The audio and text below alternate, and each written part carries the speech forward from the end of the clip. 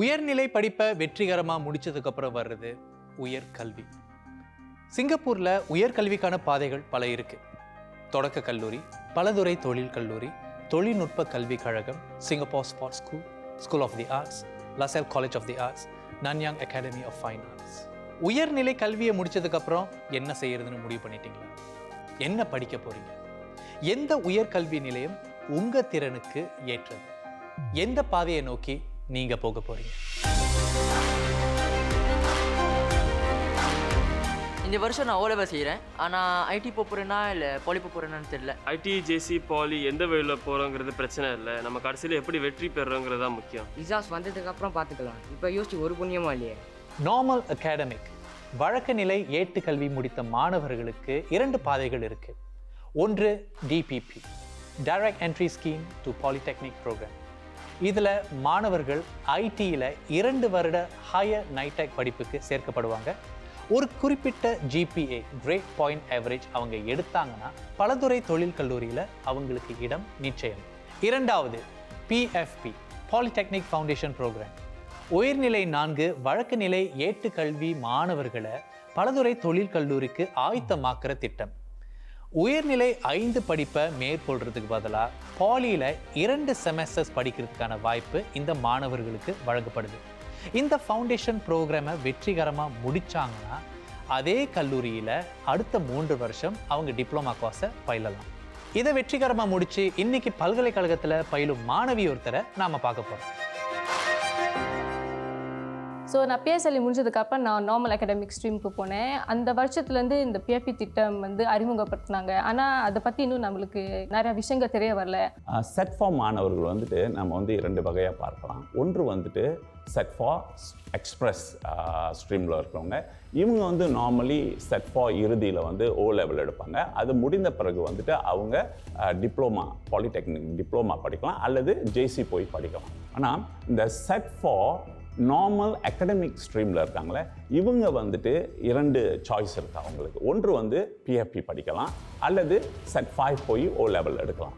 ஆனால் இந்த பிஎஃப்பி படிக்கக்கூடிய மாணவர்கள் அவங்க தெளிவாக இருப்பாங்க. எதில் தெளிவாக இருப்பாங்கன்னா, தொடர்ந்து எந்த துறையில் தான் படிக்கணும் என்ற ஒரு சிந்தனை தெளிவில் அவங்க இருப்பாங்க. ஸோ அப்படி இருக்கக்கூடியவர்கள் அந்த துறை சார்ந்து நன்கு உணர்ந்து தங்களுடைய திறனும் அந்த துறையில் தான் இருக்குன்னு அறிந்தவர்கள் தான் இந்த பிஎஃப்பியை படிக்க பார்ப்பாங்க. ஸோ அப்படி இந்த பிஎஃப்பியை படிக்க விரும்புகின்ற இந்த set for normal academic students N level exam result வரும் பொழுது அது அவங்களுடைய இந்த அக்ரிகேட் 12 அல்லது அதற்கும் குறைவாக இருக்கும் பட்சத்தில் இவங்க இந்த பிஎஃப்பி கோர்ஸை தேர்வு செய்து அவங்களுக்கு ஆர்வம் உள்ள அந்த துறையை விண்ணப்பித்து நம்ம நாட்டில் 5 பாலிடெக்னிக்ஸ் இருக்குது. இதில் எதில் வேணாலும் அவங்க போய் படிக்கலாம். ஏன்னா எனக்கு ஏற்கனவே பாலி போனோன்னு அதில் நிறைய ஆர்வம் இருந்துச்சு. ஸோ இந்த மாதிரி ஒரு வாய்ப்பு கிடைக்கும் போது ஏன் நம்ம ஓ லெவல் பண்ணிவிட்டு பாலிக்கு போனோம்? ஏற்கனவே நம்மளுக்கு ஒரு வாய்ப்பு இருக்குது. என் லெவல் முடிஞ்சதுக்கப்புறம் டைரெக்டாக ஓ லெவல் இல்லாமல் பாலிக்கு போகலான்னு. அப்புறம் எங்கள் அப்பா அம்மா கிட்டே போய் பேசினேன். இந்த மாதிரி எனக்கு நான் செட் 5 போகாமலே நான் என் லெவல் எடுத்துகிட்டு டைரெக்டாக நான் பாலிக்கு போக முடியும். ஆனால் அதை கூறும்போது அவங்களுக்கு எல்லாரும் பெற்றோருக்கும் இருக்கிற தயக்கம் அவங்களுக்கு இருந்துச்சு. ஓ லெவல் இல்லாமல் நல்ல பிற்காலத்தில் யூனிவர்சிட்டிக்கு போகலாமா, வேலை கிடைக்குமா, அந்த தயக்கம்லாம் இருந்துச்சு. ஒரு பெற்றோர் என்பது அவருடைய அனுபவம் பழைய அனுபவம். அவர் மாணவராக இருந்தது 20-30 ஆண்டுகளுக்கு முன்பாக. அப்போ இருந்த நிலைமை வேறு, இப்போ இருக்கிற நிலைமை வேறு. அது நம்ம ஒரு கசப்பான உண்மையும் கூட. ஆனால் இன்றைய காலகட்டத்தில் பார்த்திங்கன்னா ஒவ்வொரு 6 மாதத்துலேயும் கல்வி நிலையங்களில் நிறைய மாற்றங்கள் வந்துக்கிட்டு இருக்கு. சிங்கப்பூரில் பார்க்கும்போது ஓ லெவலுக்கு தான் இன்னும் நிறைய ரெக்கக்னிஷன் இருக்குது. அதான் கன்சிடர் ட்ரெடிஷ்னல் பாத். ஸோ இப்போ நீங்கள் என் லெவல் முடிச்சு பிஎஃப்பி ப்ரோக்ராம் எடுத்து போகிறது ஒரு கன்சிடர் அன்கன்வென்ஷனல். நிறைய பேருக்கு இதை பற்றி தெரியாது. ஸோ சம்திங் இந்த மாதிரி ஒரு விஷயம் பிற்காலத்தில் ரெக்கக்னைஸ் பண்ண முடியுமா? இதனால் என் பிள்ளைகளுக்கு பிற்காலத்தில் வேலை வாய்ப்புகள், படிப்பு வாய்ப்புகள் இதெல்லாம் பாதிக்கப்படுமான்னு அந்த தயக்கம் இருக்க தான் செய்யும். இந்த ப்ரோக்ராமும் ஓ லெவலும் நிகரானது கிடையாது. வெவ்வேறு நிலை தான் சொல்லணும். காரணம், இந்த ப்ரோக்ராம் அவங்க என்ன படிக்க போகிறாங்க? ஒரு மாணவர் பொறியியல் துறை படிக்க போகிறார் என்று வைத்துக்கொள்வோம். அந்த பொறியியல் துறை சார்ந்த அடிப்படை கல்வியை தான் ஓராண்டுக்கு அவர் படிக்க போகிறார். உயர்நிலை பள்ளியில் இருக்கும்போதே எனக்கு அக்கௌண்டிங் பிஓஏன்னு சொல்லுவாங்க, அதில் எனக்கு நிறைய ஆர்வம் இருந்துச்சு. ஸோ அதுக்கேற்ற மாதிரி பாலிலேயும் அக்கௌண்டிங் டிப்ளமா அவங்க அறிமுகப்படுத்தினாங்க. ஸோ அந்த பிஎஃப்பி ப்ரோக்ராம்லேயும் அந்த மாதிரி ஒரு டிப்ளமா இருந்ததுனால நான் அந்த பிஎஃப்பி ப்ரோக்ராமில் சேர முடிவு செய்தேன். செட் ஃபார் என் லெவல் தேர்வு முடிவில் வந்துட்டு அவர்கள் வந்து என்ன சொல்லுவோன்னா ELMAB3ன்னு சொல்லுவோம். அதாவது இங்கிலீஷ், மேத்ஸ் மற்றும் 3 பாடங்களில் வந்து அவர்களுடைய அந்த அக்ரிகேட் வந்து 12 அல்லதுக்கு அதுக்கு குறைவாக இருக்க வேண்டும். உதாரணத்திற்கு வைத்துக்கொள்வோமே, ஒரு மாணவருக்கு வந்து இங்கிலீஷில் வந்து 2 கிடைக்கிறது, அதே போல் கணிதத்துலேயும் 2 தேர்ச்சி புள்ளி கிடைக்கிறது, அறிவியலில் தேர்ச்சி புள்ளி 2 கிடைக்குதுன்னு வைத்துக்கோம். மேலும் 2 பாடங்கள் ஜியோகிராஃபியில் 2, தாய்மொழி தமிழில் 2 கிடைக்குதுன்னு வைத்துக்குவோம். ஆக 5 பாடங்களில் கிடைக்கக்கூடிய இந்த கூட்டு எண்கள் புள்ளிகளை கூட்டி பார்க்கும்போது உங்களுக்கு 10 கிடைக்கின்றது. இந்த 10 போதுமானது, அதாவது 12க்கும் குறைவாக இருக்கிறது. இது அவருக்கு போதுமானது இந்த துறை சார்ந்த, அதாவது பிஎஃப்பி பாஸ்க்கு வந்து விண்ணப்பிக்கிறது. பிஎஃப்பி போனோன்னு ரொம்ப தீர்மானமாக இருந்தனால நான் ஒவ்வொரு நாளும் நிறையா கஷ்டப்பட்டு படித்தேன். என் உழைப்புக்கு ஏற்ற மாதிரி எனக்கு மதிப்பெண்களும் கிடச்சிச்சு. அந்த ரிசார்ஸ் நாள் வரும்போது எனக்கு 8 புள்ளிகள் கிடச்சிச்சு. ஸோ நான் என் புள்ளிகளால் எனக்கு பிஎஃப்பி ப்ரோக்ராம் நிறைய சாய்ஸஸ் கொடுத்தாங்க. ஸோ அந்த சாய்ஸஸில் இருக்கும்போது எனக்கு என் புள்ளிக்கு சாதகமாக எனக்கு அந்த அக்கௌண்டிங் டிப்ளமா சாய்ஸஸும் கிடச்சிருந்துச்சு. ஸோ அந்த மதிப்பெண்கள் வச்சு நான் அந்த பல்கலைக்கழகத்தில் நுழைந்தேன். அவர்களுக்கு கற்றுக் கொடுக்கக்கூடிய அனைத்து விரிவுரையாளர்களுமே அவர்களை தொடர்ந்து கவனித்து கொண்டு இருப்பார்கள். அதனால் என்ன நடக்கும்னா, இந்த மாணவர்கள் எந்த ஒரு சூழல்லையும் விடுபட்டு போக மாட்டார்கள். பிஎஃப்பி போகும்போது எனக்கு அந்த வித்தியாசம் தெரியல. எங்களுக்கு பிஎஃப்பி ஸ்டூடெண்ட்ஸ் வந்து மற்ற இயர் 1 ஸ்டூடெண்ட்ஸ் மாதிரி எங்களை பார்த்துக்கிட்டாங்க. ஸோ அந்த வேறுபாடுகள், பள்ளி சுற்றுப்புறம் சரி, அதில் நம்மளுக்கு கிடைச்ச வாய்ப்புகள் எதுலேயும் நிறைய வித்தியாசம் இல்லை. மதிப்பீடுகள் எப்படி செய்யப்படுதுன்னா, அவர்கள் செய்யக்கூடிய ப்ராஜெக்ட்ஸ், அசஸ்மெண்ட், அப்புறம் அவங்களுடைய ப்ரெசன்டேஷன் இதன் அடிப்படையில் இருப்பதனால பொதுவாகவே எந்த ஒரு மாணவரும் இந்த கல்வியில் தோல்வி அடைவதற்கான சூழல் வந்து இல்லை. ஆகையினால இதை கல்வி கற்கக்கூடிய மாணவர்களுடைய பெற்றோர்கள் இதை பற்றி அஞ்ச தேவையில்லை, தயங்க தேவையில்லை. ஸோ இப்போ நான் SUSSல 4 வருஷம் தான் என்னோட அக்கௌண்டிங் டிகிரி நான் பண்ணிட்டு இருக்கேன். அதுலேயும் எனக்கு நம்பிக்கை இருக்குது, அதை நான் வெற்றிகரமாக முடிப்பேன். இப்போ O level செய்துட்டு இந்த ப்ரோக்ராம் செய்ய முடியாது. இது வந்து செட் ஃபார் நார்மல் அகடமிக் ஸ்ட்ரீமில் உள்ள ஸ்டூடெண்ட்களுக்கு மட்டும்தான் உருவாக்கப்பட்டிருக்குது. இப்போ O level செய்துட்டு ஒருவர் படிக்கணும்னு நினச்சா அவர் நேரடியாக டிப்ளமா கல்விக்கு தான் விண்ணப்பம் செய்யணும். அதனால இந்த கல்வி, இந்த பிஎஃப்பி கல்வி முறையானது செட் ஃபார் நார்மல் அகடமிக் ஸ்ட்ரீமில் உள்ளவங்களுக்காக உருவாக்கப்பட்டது. உயர்கல்வி சம்பந்தமாக ஒரு மாணவர் சரியான தெளிவான முடிவை எப்படி எடுக்கலாம்? அந்த முடிவை எடுக்கிறதுக்கு நீங்கள் உங்களையே இந்த கேள்விகளை கேட்கணும். திறன் பயிற்சி கல்வி, ஏட்டுக்கல்வி, எதில் உங்களுக்கு ஆர்வம் அதிகம்? எப்படி பயில விருப்பப்படுறீங்க? உங்கள் திறன்கள் என்ன, விருப்பங்கள் என்ன? உயர்கல்வி முடிச்சதுக்கப்புறம் என்ன பண்ண விரும்புகிறீங்க? ஒரு குறிப்பிட்ட துறையில் உங்களுக்கு விருப்பம் இருந்து அதில் சிறப்பாகவும் செய்கிறவராக இருந்தால் அதில் வெற்றியடைய வாய்ப்புகள் பல இருக்குது. அடுத்து நம்ம பார்க்க போகிறவர் தொழில்நுட்ப கல்வி கழகத்தில் படிக்கும்போது பல்கலைக்கழகத்தில் சேருவார்னு கொஞ்சம் கூட எதிர்பார்க்கல. அவருடைய வெற்றி பாதை இடைவேளைக்கு பிறகு.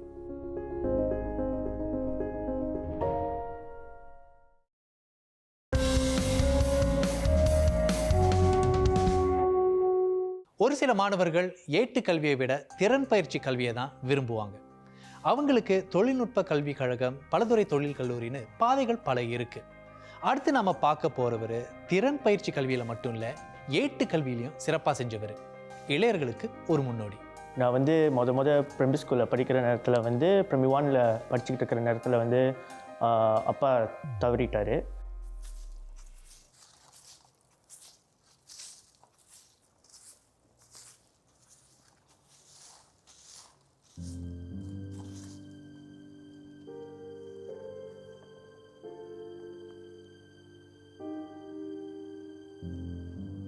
ஹலோ வில்வம், ஸ்கூலின்னு வந்துட்டியாப்பா? சாப்பிட்டியா? இருப்பா, அம்மா வேலையை முடிச்சுட்டு வந்துடுறேன். அம்மா ரொம்ப கஷ்டப்பட்டாங்க. ஒரு ரோட் ஸ்வீப்பராக இருந்தாங்க. அந்த டைமில் ரொம்ப விளாட்டாக இருந்தேன். படிப்பில் வந்து அவ்வளோ கவனம் செலுத்த முடியல. ஸோ படிப்பில் கவனம் செலுத்த முடியும், எல்லாமே அம்மா பார்த்துக்குவாங்கன்னு சொல்லிக்கிட்டு, நண்பர்கள் பார்த்துக்குவாங்கன்னு சொல்லிட்டு வாழ்க்கையை அப்படியே ஓட்டிக்கிட்டு இருந்தேன். செகண்டரி ஸ்கூல் போயிட்டேன். நார்மல் டெக் தான் கிடச்சிச்சு. இனிமே உன்னை நீ தான்ப்பா பார்த்துக்கணும். அம்மா ரொம்ப நாளைக்கு இருக்கும் பண்ணப்பா.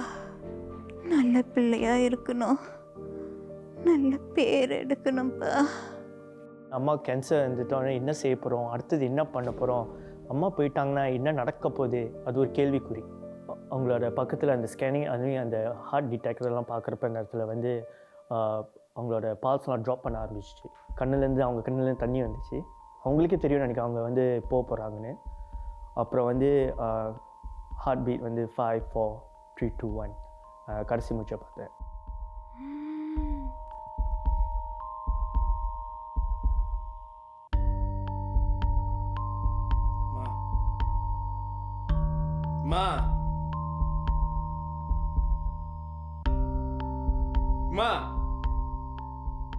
என்எவல் வந்துச்சு. என்எவல் வந்துட்டோன்னே வந்து இந்த தேர்வுக்கெல்லாம் நான் படிக்கலை அந்த நேரத்தில் ட்ரான்ஸ்கிரிப்டை பார்க்குறப்ப வந்து மேக்ஸில் ஃபெயில் ஆகிட்டேன்.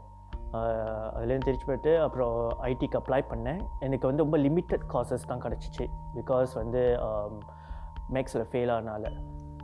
வில்வம், நான் ஐடியில் ஒரு கோர்ஸ் தான் ஆஃபீஸ் ஸ்கில்ஸ்னு சொல்லிட்டு நான் அதான் படிக்க போகிறேன். சரிடா, நீ எதை செய்கிறியோ அதே நானும் செய்கிறேன். ஓகேடா, வேடா. சில மாணவர்கள் வந்து என்னுடைய நண்பர்கள் அங்கே போகிறாங்க அதனால் நானும் போகிறேங்கிறது முற்றிலும் தவறானது. ஏன்னா என்னுடைய தேவை, என்னுடைய திறமை என்பது வந்து என்னுடைய நண்பனோட ஒப்பிடும்போது அது முற்றிலும் வேறு மாதிரியாக இருக்கலாம். நான் அங்கேயும் ஒழுங்காக படிக்க உடனே அது 1 year programme. So end of the year வந்து எனக்கு GPA of 1.8 கிடச்சிச்சு. ஸோ GPA 1.8 கிடச்சிட்டோன்னே எனக்கே புரியல அப்படின்னா இந்த வச்சு நான் என்ன செய்யலான்னு. அக்கா, எனக்கு வேலை கிடச்சிருக்குக்கா. அப்போ படிப்பேன் இல்லைக்கா, ரென்ஸ் பில்ஸ் இதெல்லாம் கட்டுறதுக்கு நான் உங்ககிட்ட தான் வர வேண்டியதாக இருக்குது. எப்போ தான் நானும் சொந்த காலில் நிற்கிறது. எங்கே வேலை கிடச்சிருக்கு? ஃபேக்ட்ரிக்கா. ஸோ ஃபேக்ட்ரியில் வந்து வேலை செஞ்சுக்கிற நேரத்தில் வந்து ஒரு சூப்பர்வைசர் வந்து ஒரு டாஸ்க் கொடுத்தாங்க. யூஸிங் எக்ஸல் ஃபார்மேட் வந்து லே அவுட் பிளான் செய்யணும்னு. ஸோ நானும் ஃபாலோ பண்ணேன்.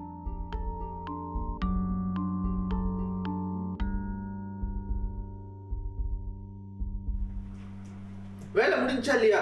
இன்னும் இந்த பேச்சு இல்லையா? மாசம் மாசம் சம்பளம் அவங்க தெரியுதுல்ல. எனக்கு இந்த வேலை இப்போதைக்கு செஞ்சாகணும். இந்த வேலை செய்ய முடியலன்னா சொல்லிருங்க. இங்க வந்து எங்க உயிரை வாங்காதீங்க. எனக்கு இன்னும் நிறைய வேலை இருக்கு. ரொம்ப மெதுவாக வேலை செஞ்ச நேரத்தில் வந்து அங்கே உள்ள அதிகாரி வந்து என்கிட்ட வந்து எல்லாரும் எனக்கு வந்து கத்துனாங்க. அந்த நேரத்தில் எனக்கு ரொம்ப கோவம். ஏன் எல்லாரும் வந்து எனக்கு கீழ்த்தனமாக பார்க்குறாங்க? அது முதல் கேள்வி. என்னால் ஏன் நான் இங்கே வேலை செய்யணும்? 2வது கேள்வி. ஆத்திரத்தில் என்ன செஞ்சேன்னா இப்படி வெளியாயிட்டேன். அக்கா, எவ்வளோ நாள் தான் இப்படியே இருக்கு? என்ன எல்லாரும் மட்டமாக பார்க்குறாங்கக்கா. இப்போ எதுக்கு நீ ஆத்திரப்படுற? நீ வீட்டுக்கு வா, பேசிக்கலாம். எங்கேனாச்சும் ஒன்று படிக்கணும். எனக்கு தெரியல என்ன படிக்க போகிறேன்னு. நான் படிக்கணும்.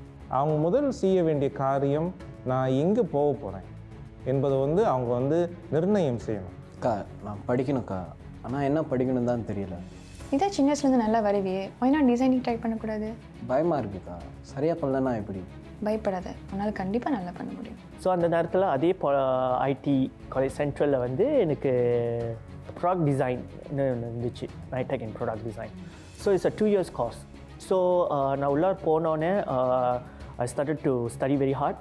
ஒட்டு மொத்தமாக நம்ம நினைச்சோம் கவுத்தோன்னு இருக்காமல் நல்ல ஒரு ஆய்வு மேற்கொள்ளணும். இது வந்து வாழ்க்கை சார்ந்த ஒரு ஒரு ஒரு முடிவு. நிறைய யோசிக்கணும்.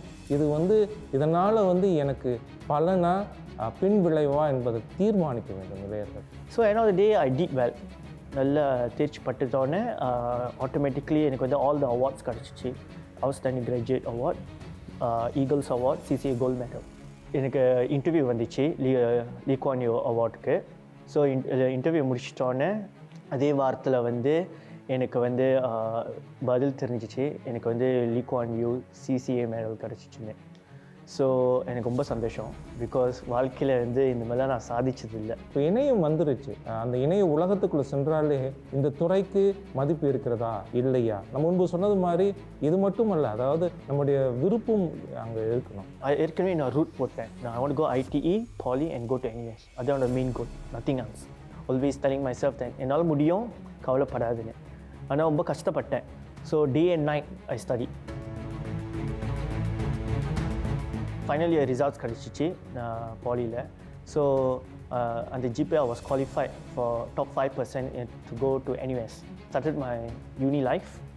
யூனி லைஃப்பில் சேர்ந்துட்டோன்னே அது இன்னொரு ஸ்டெப்பில் இன்னும் பல சேலஞ்சஸ் ஃபேஸ் பண்ண வேறு இருந்துச்சு. A-level students and poly students it's quite challenging. So degree முடிக்கிற நேரத்தில் வந்து ஐ டிட் வெல். அடுத்தது என்னது வேலை. வெல்வம், ஃப்ரீயாக இருக்கீங்களா? Yes sir. நங்யாங் பாலிலேருந்து எனக்கு கால் வந்துச்சு. என்னோட ஆஃபீஸ்க்கு கொஞ்சம் நேரம் வர முடியுமா? சின்னதாக ஒரு இன்டர்வியூ செய்யணும். I might have a job for you. நிச்சயமா சார், வரேன் சார். ஓகே ட்ரை பண்ணுவோமே ஆஸ் அ டிசைனராக. சரி அந்த ரோல் எடுக்கணும்னு சொல்லிட்டு ஓகே சொன்னேன். ஆனால் மேனேஜர் கேட்குறப்ப அவங்க சொன்னாங்க வந்து உனக்கு என்ன ட்ரீம்? நான் ஒரு லெக்சரர் ஆகணும். After 1 year or 2, after 2 years they gave me the promotion to be a lecturer. Then I was very proud. எனக்கு கிடச்சிட்டேன்.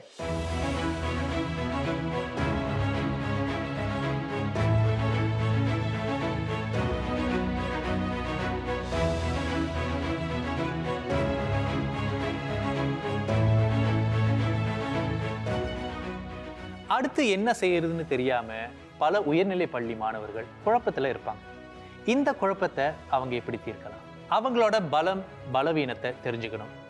பள்ளி புறப்பாட நடவடிக்கைகள்ல கலந்துக்கணும். கரியர் ஃபேஸ்ல கலந்துக்கிட்டு தங்களோட வருங்கால முதலாளிகள் என்ன எதிர்பார்க்கறாங்கன்னு தெரிஞ்சுக்கணும். இப்போ நான் சொன்னதெல்லாம் மாணவர்கள் தங்களை இன்னும் நல்லா புரிஞ்சுக்கிறதுக்கு வாய்ப்பளிக்குது. என்ன செய்ய ஆசைப்படுறாங்கன்னு உணர ஒரு நொடி போதும். That magical moment of realization is all we need.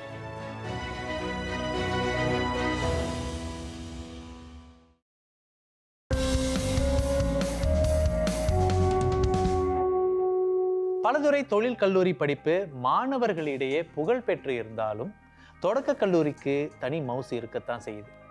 2 வருஷத்துல பல்கலைக்கழகத்துக்கான நேர்பாதையா தொடக்க கல்லூரி பார்க்கப்படுது. அப்படி இருந்தும் ஆண்டுக்கு 400 500 தொடக்க கல்லூரி மாணவர்கள் பாலிக்கு போறதா MOE புள்ளி விவரங்கள் காட்டுது. ஒரு சில மாணவர்கள் A levels படிப்பை முடித்த பிறகு பாலிக்கு போறாங்க.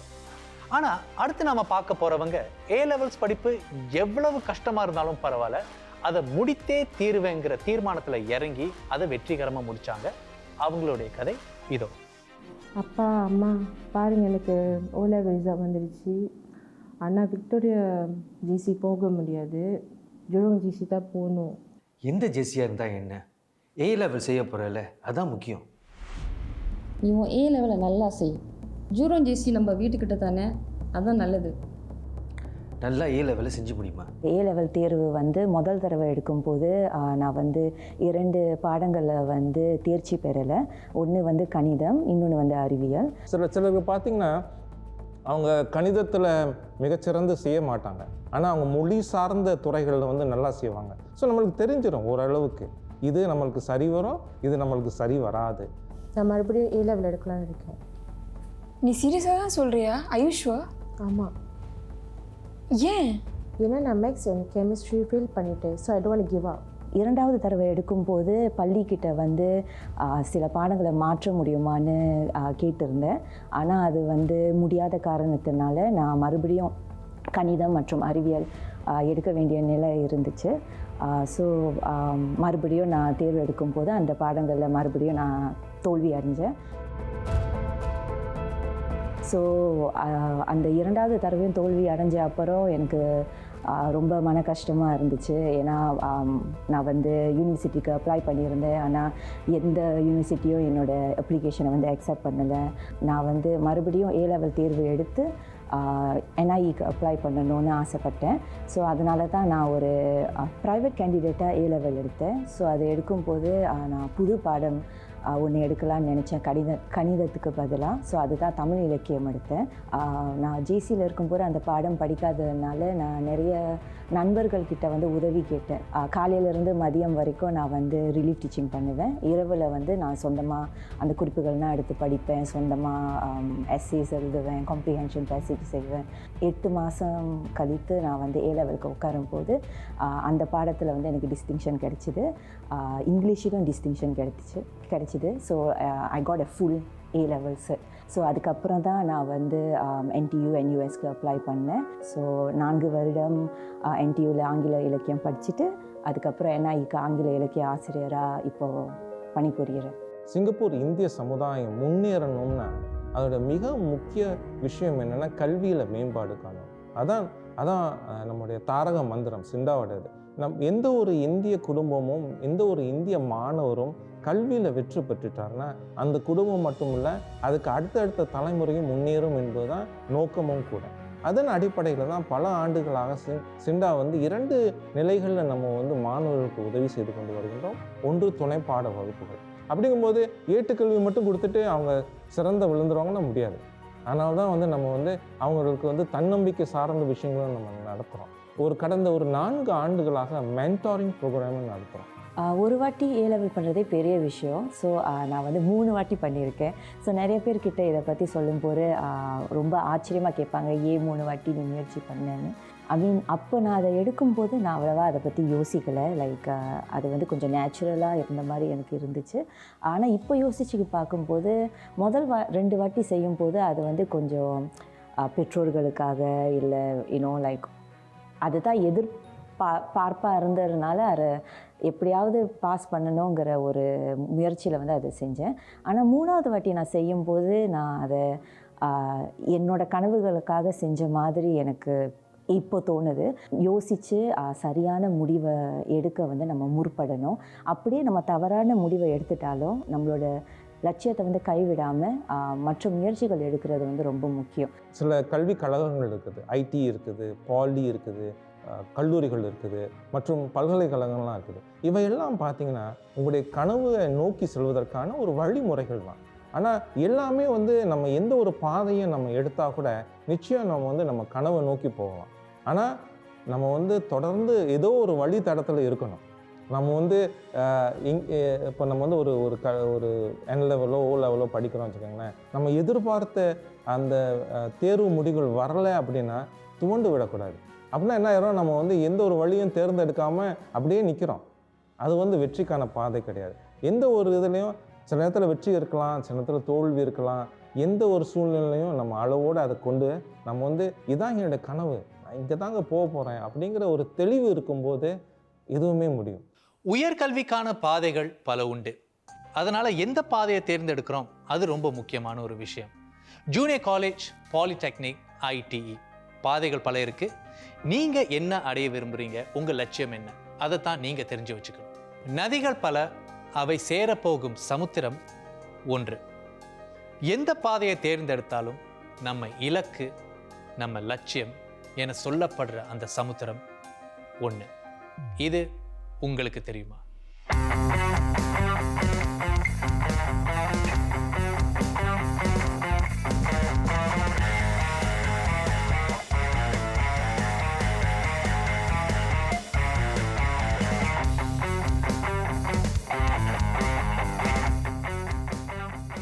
பொதுவாகவே இந்த PFP துறையை தேர்ந்தெடுக்கிறவங்க வந்து பார்த்தீங்கன்னா தெளிவான முடிவோடு தான் இந்த துறையை தேர்ந்தெடுக்கிறாங்க. அந்த முடிவானது வந்து அவங்களுடைய ஆர்வத்தின் அடிப்படையிலையும் அவங்களுடைய தனித்திறன் அடிப்படையிலும் தான் தேர்வு செய்கிறாங்க. அப்படி தேர்வு செய்து வரும் பொழுது அவர்களுக்கு வந்து வந்த பிறகு இந்த துறையிலேருந்து மாறணுன்ற அந்த சிந்தனை ஏற்படுவது மிக மிக குறைவு. இதுக்கு வந்து இன்றைய காலகட்டத்தில் வந்து நிறைய வாய்ப்புகள் இருக்குது. அதே மாதிரி இந்த மேற்படிப்பு அமைப்புகளும் சரி, ஓப்பன் ஹவுசஸ்லாம் செய்கிறாங்க. மாணவர்கள் அங்கே செல்லணும். வெவ்வேறு பாலிடெக்னிக்கும் வெவ்வேறு துறைகளை சார்ந்த ஒரு நிபுணத்துவம் பெற்று இருக்கிறாங்க. செல்ல வேண்டும். அங்கே போய் நாம் வேண்டிய கேள்விகளை கேட்கணும். அதாவது நமக்கு ஐயம் இருக்கும் பட்சத்தில் தெளிவு பெற வேண்டும்.